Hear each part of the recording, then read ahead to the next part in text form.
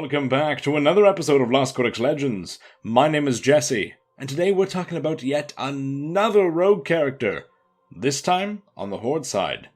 Today we're talking about the one and only Lillian Voss. And without further ado, without delay, without chit-chat, let's talk Voss. Although we know Lillian Voss is a devoted agent of the Forsaken, she certainly didn't start that way. Lillian Voss was raised by her father, High Priest Benedictus Voss, who was a High Priest of the Scarlet Crusade, and likely the Church of the Holy Light before that. Lillian tells us that she pretty much gave up her childhood for her father, as she was trained into a stalwart soldier of the Scarlet Crusade and their radical teachings. As a child or young adult, Lillian learned a whole set of skills from magic and sorcery to stealth and martial arts, anything that would make her a better weapon, against the forces of undeath. Ultimately, this harsh, structured upbringing led to Lillian Voss pretty much giving up her childhood, and she would grow up into a young woman, a young, loyal soldier of the Scarlet Crusade. We do know at some point she was friends with Scarlet Lieutenant Gebler. At some point in time, Lillian Voss meets an untimely end, and we're not exactly sure how. Could have been against the undead, and could have contracted the plague. Could she have been murdered by other Scarlets? Gebler, her friend, once mentions that she was too dangerous in life, so maybe she got a little bit too radical. We have seen in certain cases, like Sir Thomas Thompson, that the Scarlet Crusade does kill their own when they become too radical, when they become too violent or aggressive, so maybe Lillian was put down by her own people. And it's possible she was killed by anti-Scarlets.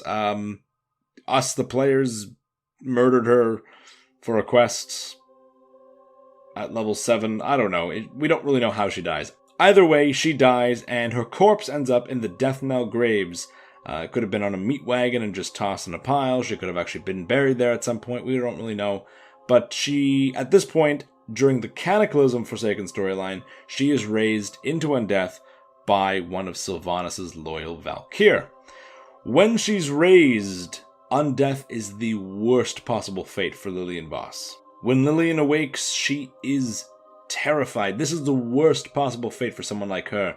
She grew up in recent years hating everything about the Scourge, everything about the Forsaken, everything about undeath. She was trained to hate it with every fiber of her being, and now she is one of those. Not to mention that when a Forsaken is newly awakened, there is a lot of emotions going on. There is fear, panic, hatred, anger, violence, all this stuff going on in your mind when you're newly awakened, especially if it's one of the last thoughts that you had in your mind. And while we don't know exactly what was going on with Lillian, what was going on in her mind when she awoke, we do know that she was so terrified that she utterly rejects what she is as a Forsaken and refuses to join the Forsaken. And off she runs into the Forest of Tearsfall Glades and runs away from the player for the first little while. Later on, some of the Forsaken find her in Death Knell and employ adventurers, the player, to show Lillian what she looks like using a mirror. She is still terrified. She runs away, calling for her father and refusing to live her life as an undead. Again, in addition to all the nasty emotions going through her head right now as a newly resurrected Forsaken, everything that she is goes against everything that she hated in life. It's not just a matter of, she was a human being prejudiced against undead. No, she was part of the Scarlet Crusade, one of the most fanatical, insane groups out there, and they were harsh and brutal with their teachings, and everything that she hated about the Forsaken is now a part of her. Rather, she's a part of that, and she can't stand it, so she runs away from the mirror, calling for her dad. Later on, we find Lillian Voss captured by the Scarlet Crusade. Presumably, she ran into their camps and expected them to take her back, and she learns from her former friend, Gebler, that not only did her father disown her, but when he learned of what she had become, he ordered Gebler to carry out her immediate execution. Enraged and utterly consumed by hatred, Lillian Voss passes through the bars of her cage and is surrounded by this strange purple fire that seems to be iconic to her aesthetic, and in that fit of anger and fit of rage, kills her former comrade Gebler. Sometime later, one of the high executors of the Forsaken is approached by Lillian, who swears animosity and hatred for the Crusade, and so he directs her north. Along the way, Lillian Voss is just going on an absolute slaughterfest, just flat out enraged. She gave up so much of her life, all of her childhood, for this order, and now she's completely abandoned it on death. And although she was once a part of that bigotry and hatred, now she's the one being targeted. Now she's the one being victimized here. And everything that she lived through, everything that she endured, has been for nothing. And she is taking out all of her emotions out on these Crusaders. And just murdering everyone in her path. At this point in time, the Horde player runs into her again, and she's probably run away a couple times at this point, but the Horde escort her to a small Scarlet outpost where her father is, and there's a really nice casual encounter between daughter and father, where she demonstrates her skills that he imposed upon her by killing his bodyguards. Then she grabs her father by the throat, scrambles up the wall of the tower, strangles him and kills him, and then completely vanishes again.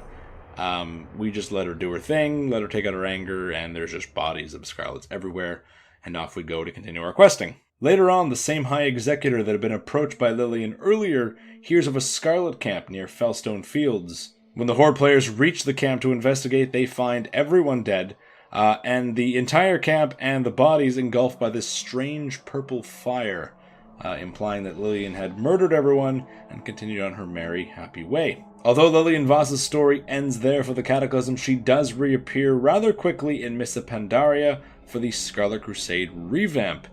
In these dungeons, she is disguised as a hooded crusader and asks both Horde and Alliance to go in and murder a whole bunch of Scarlets and prevent them from rebuilding.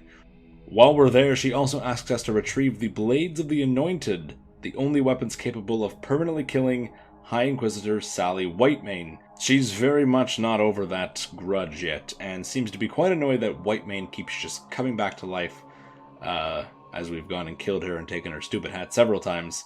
After the deed is done and we've plunged the blades into Whitemane's corpse, the Hooded Crusader reveals herself as Lillian Voss, and she takes up the blades for herself. After this, she leaves the Scarlet Monastery and plans to take out her anger and vengeance on the Scourge remnants in Scholomance.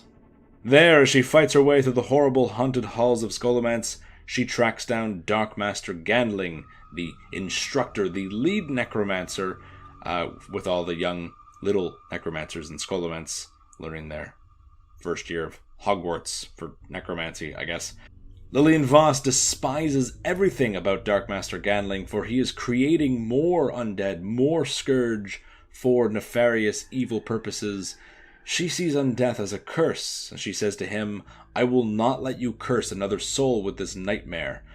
Unfortunately, Lillian Voss is no match for Dark Master Gandling, as his necromantic powers turn her against us. We're forced to not only fight her, but pretty much beat the necromantic possession out of her, forcing Gandling to flee, and she is very badly wounded, both from us and from Gandling's magic, and she tells us to let her die alone. Leave her there, let her die alone, and to go after Gandling.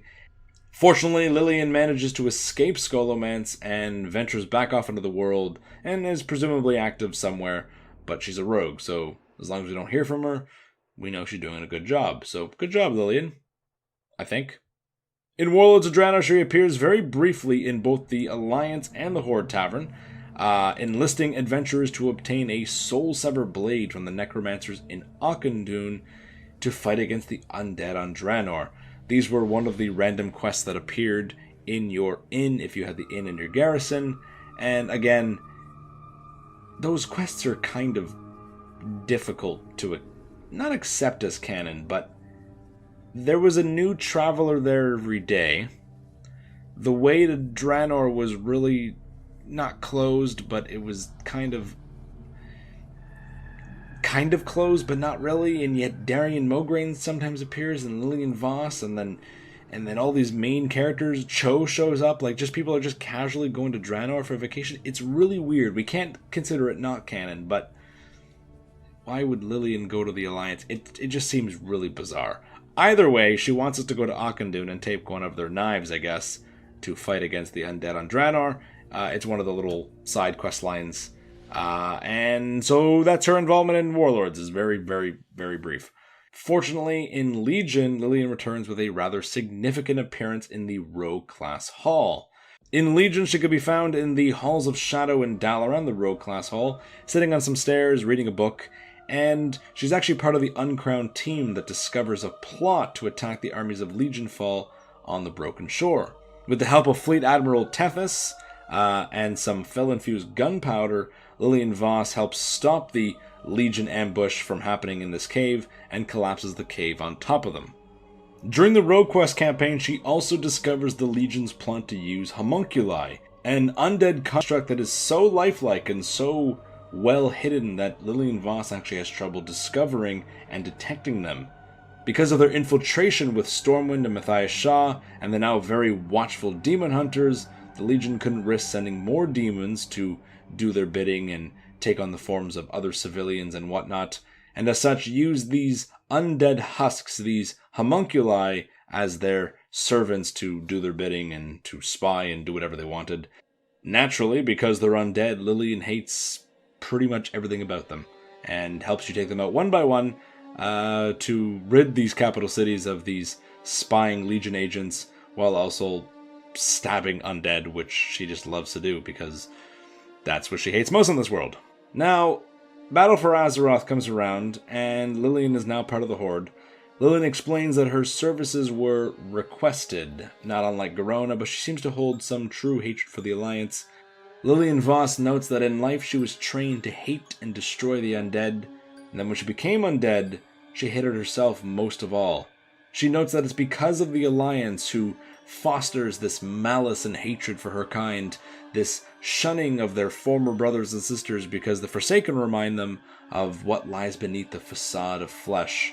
Lillian says that the cycle of hatred needs to end from the Alliance, and that they need to fall. She notes that the Scarlet Crusade's way of thinking is very human in thinking, and that it embraces that sort of paranoia and fear, which has left so many more Forsaken feeling that much more shunned, that much more hated, thus creating this endless cycle.